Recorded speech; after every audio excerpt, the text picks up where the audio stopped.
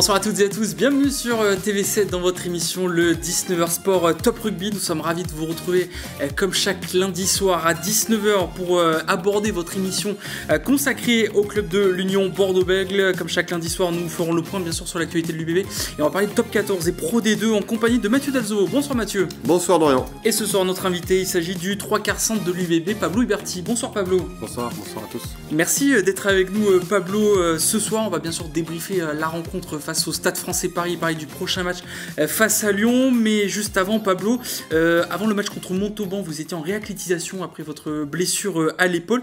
Comment se déroule un peu votre récupération ?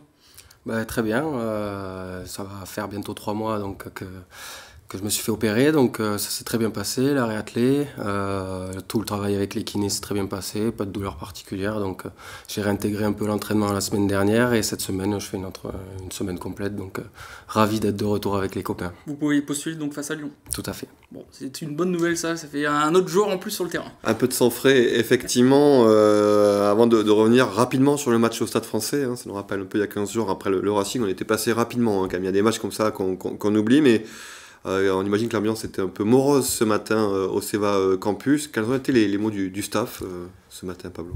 Forcément, voilà, on n'est pas arrivé avec le sourire. Chacun avait pris ses responsabilités et était conscient que il y avait des choses qui n'avaient pas été sur ce match. Donc le discours il a été clair.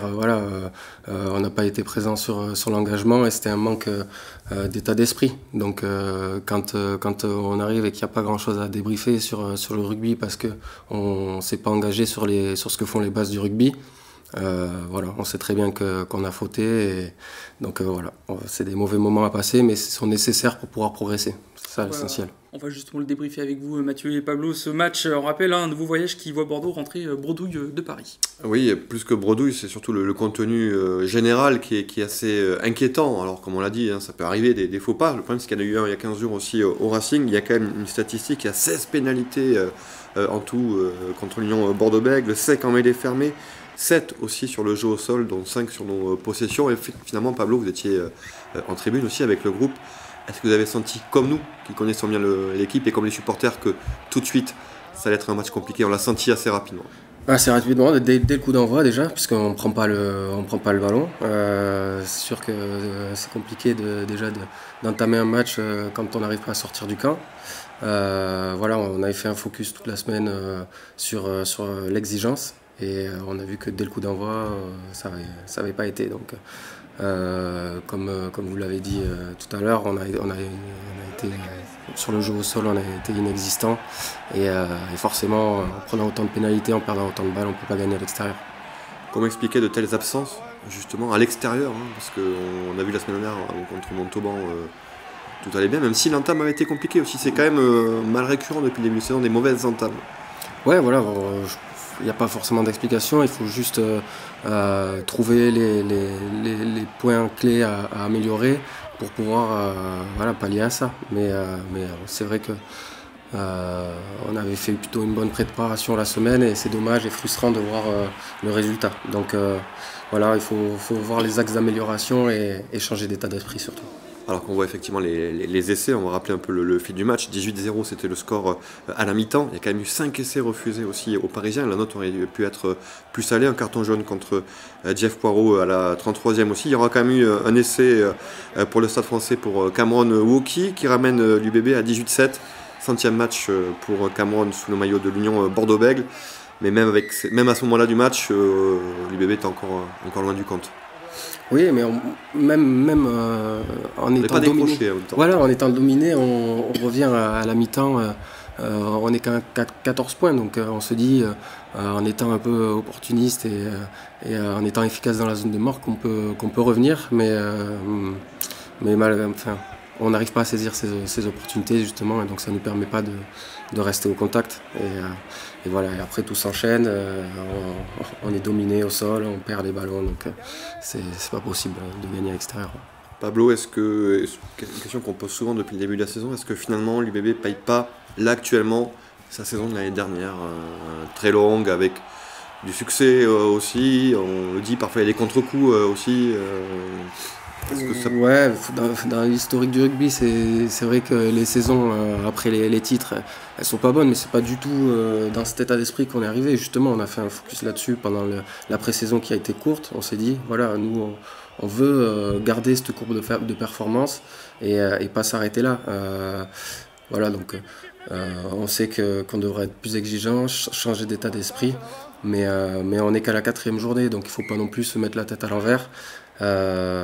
C'est vrai que c'est 2 mauvais déplacements, mais je reste persuadé qu'en travaillant sur les bons axes de progression, on saura renverser la tendance.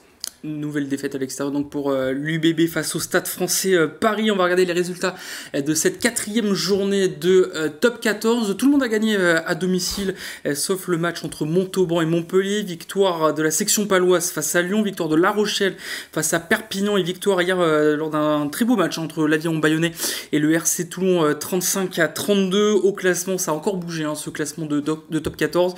2 co-leaders, Toulouse et Pau, 14 points, Lyon 3e, Bayonne 5e, La Rochelle 6e, Bordeaux-Bègles 8e. C'est vrai que sur les 4 clubs de Nouvelle-Aquitaine, il y en a 3 dans le top 6. C'est à noter quand même dans cette 4e journée. Perpignan reprend la 14e place au détriment de Montauban. La prochaine journée, ce sera ce week-end. Ça enchaîne la 5e avec en match d'ouverture Montpellier face à La Rochelle. Pau qui se déplace du côté de Toulon. Bayonne reçoit Lyon. L'UBB reçoit Lyon et Bayonne reçoit Toulouse.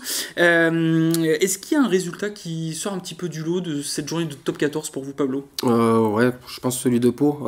C'est vrai que c'est une équipe qui est très en forme depuis le début de saison. C'est une équipe qui voilà, depuis 2-3 ans vise le top 6 et ça rapproche de plus en plus. Et on a vraiment l'impression qu'ils ont franchi un cap cette année. Ils ont une ligne arrière hyper intéressante et donc il faudra se méfier de ce club. Ouais. Il y aura un sacré défi pour Pau ce week-end face à Toulon. Oui, là, ça sera une autre paire de manches. Mais enfin, les Palois, qui, on en parlera tout à l'heure dans la deuxième partie, mais qui chaque année montent un petit peu le niveau, ont pu acquérir de l'expérience et on le voit aujourd'hui, ça paye avec un jeu en plus porté vers l'extérieur, un jeu quand même assez intéressant et beaucoup de jeunes, on en reparlera tout à l'heure. Avant de parler de Lyon, Pablo, on voit justement que ce début de saison, on en parlait avec Noël McNamara la semaine dernière, il y a beaucoup de points, beaucoup d'essais, comment vous l'expliquez ? En tant que trois quarts, j'imagine qu'on regarde ça avec un œil particulier. On a l'impression que chaque année, quand même, le top 14 se tourne de plus en plus vers l'attaque, soit au niveau de l'arbitrage. Ouais, bien sûr. Avant tout, et l'arbitrage, des choses qui favorisent l'attaque, des choses qui favorisent aussi le rugby spectaculaire, parce que c'est aussi ça que veulent voir les supporters. C'est ça aussi qui met le rugby en premier plan sur la scène internationale. Donc, aussi les effectifs qui s'étoffent, des grands joueurs qui rejoignent les écuries de top 14, et aussi, je pense, les moyens déployés pour pouvoir performer sont de mieux en mieux chaque année. Donc, forcément, on voit que le niveau de jeu augmente aussi. On va avoir du beau jeu, je pense, ce week-end entre Bordeaux et Lyon. Justement, Bordeaux est de retour au stade Chaban-Delmas pour définir des équipes en forme, le Loup Rugby. Et vous pouvez remporter vos places grâce à TV7 pour assister à cette rencontre. En tentant votre chance sur les réseaux sociaux de TV7, vous allez sur le Facebook, l'Instagram de TV7 pour essayer de tenter votre chance et d'aller voir ce match entre l'UBB et Lyon. Ce sera ce samedi à 21h. Dépêchez-vous car ça part très vite les places. Ouais, il reste quand même des places pour la billetterie. C'est assez rare, parfois c'est difficile d'avoir des places. En ce début de semaine, il y a encore des places sur la billetterie du club. Donc si vous voulez aller supporter Lyon Bordeaux-Bègles qui en a besoin aussi à domicile pour ce gros match, donc il reste encore quelques places, sinon vous pouvez les gagner grâce à nous. Ouais, mais ça peut vite partir aussi, je pense, en 24 heures. Justement, équipe en forme du moment, malgré sa défaite face à la section paloise, c'est le Loup Rugby qui reprend des couleurs après plusieurs saisons de disette. Est-ce que vous sentez, Pablo, que depuis l'arrêt de Karim Ghezal, Lyon semble avoir gagné en stabilité ? Est-ce qu'on voit de son influence dans le jeu de Lyon ? Oui, c'est vrai que c'est un club qui est redoutable, qui fait un très bon début de saison. Ça va être un peu la copie conforme du Stade Français. On sait qu'on va avoir beaucoup de jeux au pied de pression. Et en fait, ce qui fait les forces de Lyon, ça peut être nos défauts de temps en temps. Donc, il va falloir être bon sur les duels aériens. C'est des choses où on n'est pas très performant depuis le début de saison. Donc, c'est une équipe qui est en confiance, c'est une équipe qui sera dangereuse. Et nous, on devra changer d'état d'esprit et montrer un autre visage que celui qu'on a montré à Paris pour pouvoir espérer gagner. Quoi. Et justement, contrairement à vous, on voit quand même une équipe de Lyon rentrer souvent très bien dans ses matchs. Comment vous expliquez cette différence d'entame entre Lyon et vous ? Je pense que c'est juste un état d'esprit à avoir. C'est vrai que nous, on a tendance un peu à être en dedans sur ces 20 premières minutes. Mais voilà, il va falloir trouver le moyen d'entamer fort ces matchs. On va avoir aussi des retours de joueurs dans l'effectif, donc ça va apporter peut-être de la fraîcheur, un autre état d'esprit. Il nous manque aussi des joueurs qui nous apportent de la confiance et du leadership, mais malgré ça ne constitue pas une excuse. Donc voilà, il faut juste arrêter de rentrer dans les matchs 20 minutes trop tard. On revoit des images notamment de la saison dernière. C'est vrai que c'était 2 matchs extraordinaires entre Lyon et Bordeaux. À chaque fois, c'est Lyon qui l'a remporté, notamment en fin de match, à cause du bourreau Léo Berdeux. Qu'est-ce qu'on peut retenir un peu de ces matchs et de la physionomie? On sent que face à Lyon, ça se joue toujours jusqu'à la 80e minute. Ouais, l'année dernière, on perd ce dernier coup d'envoi, on était encore devant et on se fait pénaliser sur le dernier ruck. Chez nous, ils viennent nous gagner, c'est pareil, ça se joue à la fin. Il y a certains profils d'équipe dans lesquels on se sent plus à l'aise pour jouer, pour proposer du jeu. Il y en a d'autres comme Lyon, comme d'autres, comme La Rochelle par exemple, où on tombe contre des défenses, des grosses défenses, et c'est vrai qu'on a un peu plus de mal à trouver les solutions, mais ça aussi fait partie du discours qu'on a eu à l'intersaison, c'est-à-dire qu'on doit être capable en fait de savoir jouer ces équipes-là, d'enchaîner les temps de jeu et de pas forcément s'attendre à un exploit individuel ou des situations qui se débloquent dès les 2 premiers temps de jeu. On doit être capable d'enchaîner les temps de jeu et d'être plus performant sur des équipes très défensive. Avec beaucoup de facteurs X dans cette équipe de Lyon. On va Nicolo qui est arrivé à l'intersaison et qui peut faire basculer un match à lui tout seul. Un mot peut-être sur le début de saison général. Est-ce que la victoire contre Montauban n'était pas un peu en trompe-l'œil quand on voit comment vous avez déroulé on attendait une réaction par rapport au déplacement au Racing. Donc c'est vrai que on voulait vraiment mettre l'accent sur notre attaque, sur ce qui fait notre force depuis plusieurs années. Donc c'est vrai qu'il y a eu beaucoup d'essais, mais il y a des choses qui n'ont pas été. C'est vrai que des fois on est moins impitoyable, on n'est pas impitoyable, même si le score est énorme, mais voilà, il y a des secteurs où on se dit quand même qu'on doit progresser, on peut mieux faire, quoi. En tout cas, on va voir si ce sera mieux face à Lyon ce samedi 4 octobre à 21h. Dans un instant, on va parler de vous, Pablo, notamment de votre avenir, soit au centre de l'UBB ou ailleurs. On en parlera dans un instant. On fait juste une page de publicité et on revient juste après sur TV7 pour la suite de Top Rugby. À tout de suite.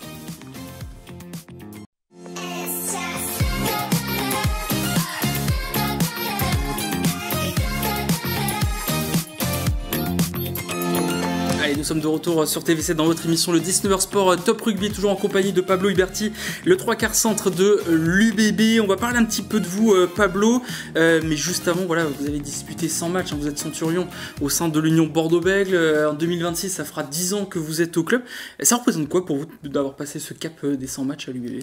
C'est quelque chose d'exceptionnel. C'était un objectif que je m'étais fixé personnellement. C'est vrai que quand je suis arrivé à Bordeaux en 2016, je ne savais pas trop où c'est que j'arrivais. J'étais en espoir, je ne savais pas trop ce qui allait m'attendre. Et voilà, quand j'ai commencé à matcher en pro, je me suis dit, bon, ben voilà, c'est le club dans lequel je veux être, c'est le club dans lequel je veux performer. C'est vrai que d'arriver à 100 matchs et d'entrer un peu dans l'histoire de ce club, c'était vraiment un objectif et c'est quelque chose d'exceptionnel. Ouais. Ouais, c'est vrai que la table se resserre, hein, des centurions. Oui, petit à petit, Pablo, on l'a vu grandir ici aussi dans cette émission. Et vous voyez les jeunes arriver aujourd'hui, la relève qui est importante aussi. Il y a plein de jeunes prometteurs. Comment vous voyez ces jeunes qui arrivent aussi, qui ont déjà un très très bon niveau, et quel est votre rôle? Vous êtes un peu des doyens aussi, vous êtes un transmetteur. Ouais, de rien, le temps passe, mais c'est vrai que de voir des jeunes arriver avec autant de talent, autant de sérénité, ça fait du bien. parce que c'est aussi l'ADN de l'UBB, former des jeunes. Ils ont été champions de France l'année dernière, donc on compte vraiment sur l'équipe espoir et sur la cellule élite en fait pour pouvoir avoir des jeunes à l'image de Valentin, Udo, Joseph qui nous rejoignent et d'autres. Mais c'est vrai que ça fait du bien, et nous en tant qu'anciens et moins anciens, c'est de les intégrer et voilà, qu'ils se sentent à l'aise et qu'ils se sentent pas bridés par leur âge. Mais de toute façon, les générations à venir, j'ai l'impression qu'elles sont de plus en plus à l'aise, et c'est tant mieux pour le rugby français. C'est vrai qu'il y avait la génération de Nicolas Deporter, il y a cette nouvelle génération qui arrive, il y a beaucoup de monde qui arrive tous les 2 ans, c'est ça qui arrive au sein de l'UBB. Pablo, votre nom circule beaucoup en ce moment, parce qu'on rappelle, vous êtes en fin de contrat avec l'Union Bordeaux-Bègles. On parle de vous peut-être à Clermont la saison prochaine, on parle peut-être d'une prolongation, il y a 2 options sur la table. Est-ce que vous avez déjà pris votre décision? Où est-ce qu'on en est aujourd'hui? Non, ça tombe bien que vous me posiez la question, puisque la rumeur sur Clermont, c'est totalement faux, parce que j'ai aucun contact avec les dirigeants de Clermont, donc j'ai été un peu surpris de voir ça sortir dans les médias, mais bon, au moins ça permet d'éclaircir la chose par rapport à Clermont. Donc, et après, je pense que l'important et la priorité, c'est de retrouver les terrains, et après les choses viendront. Si c'est une éventuelle prolongation avec Bordeaux, je pense que on sera plus à même d'en parler quand j'aurai repris la compétition, et ce sera plus clair pour tout le monde. Ouais. Ce sont toujours des situations un peu inconfortables pour les joueurs, on ne sait pas vraiment, comme pour tout salarié d'ailleurs, quand on ne sait pas ce qu'on va être fait l'avenir. Vous êtes fixé une date butoir pour vous dire à telle date, il faut que j'en sache plus sur mon avenir? Ouais, c'est des situations un peu délicates, surtout quand on n'a pas repris justement la compétition. Donc une date précise, non, mais de toute façon, je serai fixé sur mon avenir avant la fin de l'année. Donc ce sera incessamment sous peu. Bon, en tout cas, on peut dire que le cœur est bordelais tout de même. Après ces 10 ans quand même au sein de oui, bien sûr. Avoir l'opportunité de jouer pour Bordeaux, c'est exceptionnel. Donc si on a l'opportunité, il faut la saisir. En tout cas, merci Pablo d'avoir répondu à cette question et d'avoir été avec nous ce soir pour avoir débriefé ce match face au Stade Français Paris et parler de Lyon. On va continuer dans cette émission, nous, à parler du top 14, Mathieu, notamment de la section paloise face au Loup Rugby. Mais juste avant, écoutez la réaction de Sébastien Piccheroni, le manager de la section paloise. C'était en conférence de presse, écoutez. Et aujourd'hui, je suis persuadé que le groupe travaille bien, parce que le groupe apprend à chacune de ses sorties. Pour moi, le groupe a très bien réagi, parce que paradoxalement, on a un peu la même mi-temps qu'à Clermont-Ferrand. Tu sais, on a beaucoup d'occasions, on ne score pas. Et moi, j'ai senti beaucoup de sérénité à la mi-temps, et j'ai senti beaucoup de conviction à assumer son plan et à faire reset du passé pour se focaliser sur les next jobs et les nouvelles actions à accomplir. Et ça, pour moi, c'est le signe d'un groupe qui avance. Un groupe qui apprend est un groupe qui avance, et je veux faire partie d'un groupe qui apprend beaucoup de choses. En tout cas, on se sent de plus en plus soutenu dans ce stade, on sent de plus en plus de ferveur, et on a envie de rendre fiers les gens, tout simplement.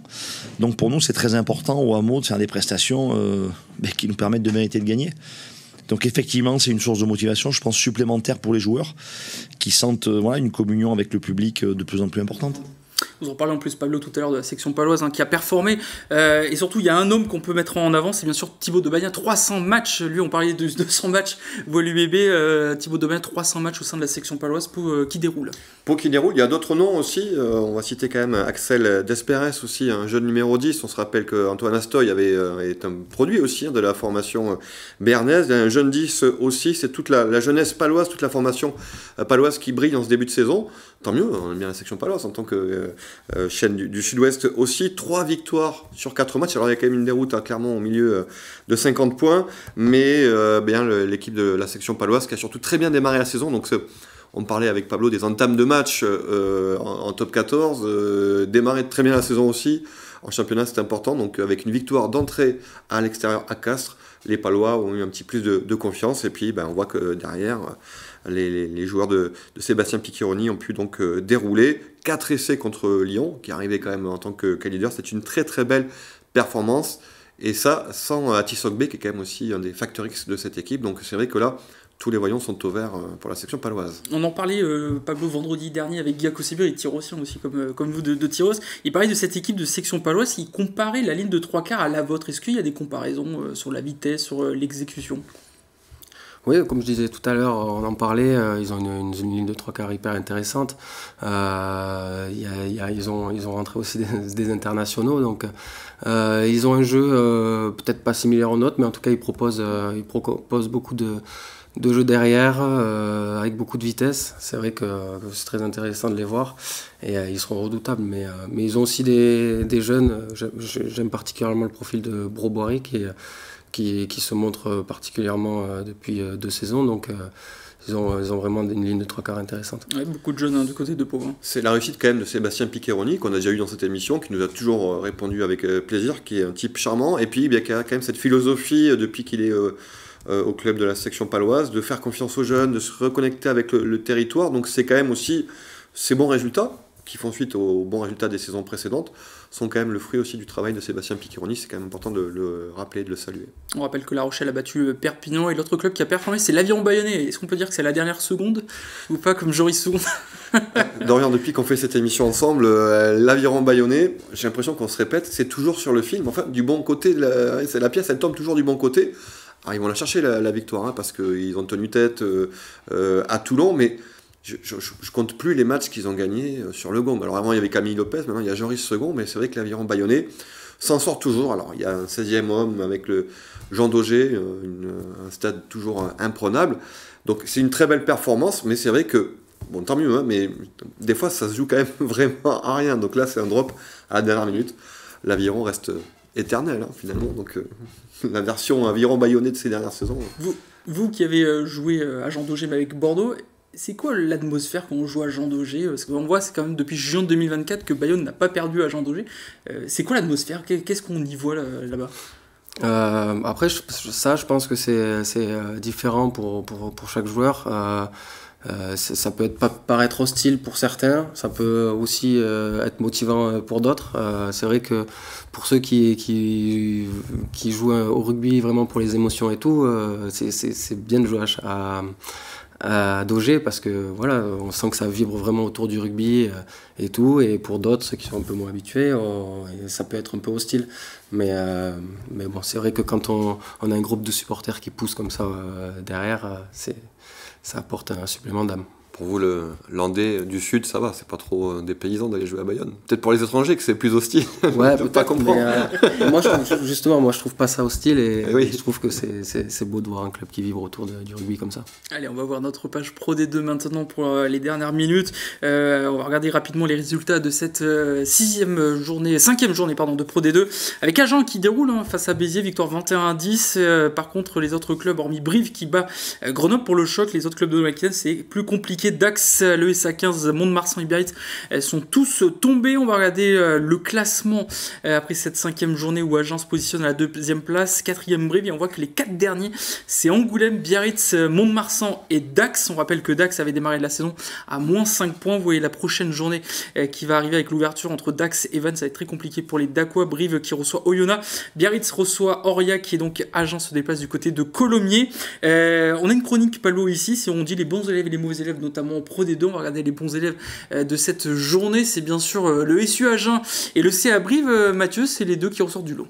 Oui, alors c'est plus surprenant pour les Agenais. À Brive, on n'est pas trop étonné de les voir là. C'est plutôt une bonne nouvelle pour les Agenais qui s'imposent à nouveau donc, contre Béziers. Avec un gros début de calendrier aussi pour l'équipe agenaise, et qui aurait même pu l'emporter avec le bonus offensif. C'est un match qu'ils ont maîtrisé du début à la fin, et il y a même des regrets de ne pas avoir pris le bonus offensif. Donc Agen est vraiment l'équipe un peu surprise de ce début de saison. Il y aura un gros match quand même, un gros choc à Colomiers, qui est aussi l'autre équipe qui cartonne. C'est les deux équipes qui sont en tête du classement. Donc un vrai test sera donné aux Agenais à Colomiers. Puis Brive, on n'est pas vraiment étonné. Les brivistes, évidemment, font partie des grands favoris pour la montée.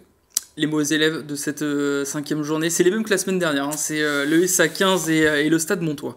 Ouais, alors le SA15 aussi, ça nous étonne, parce que pas trop l'habitude de retrouver le SA15 à cette place-là. c'est quand même assez inquiétant pour le Stade Montois. Une défaite à domicile sans bonus défensif contre le promu, 34 à 19, donc c'est près de 40 points encaissés à la maison.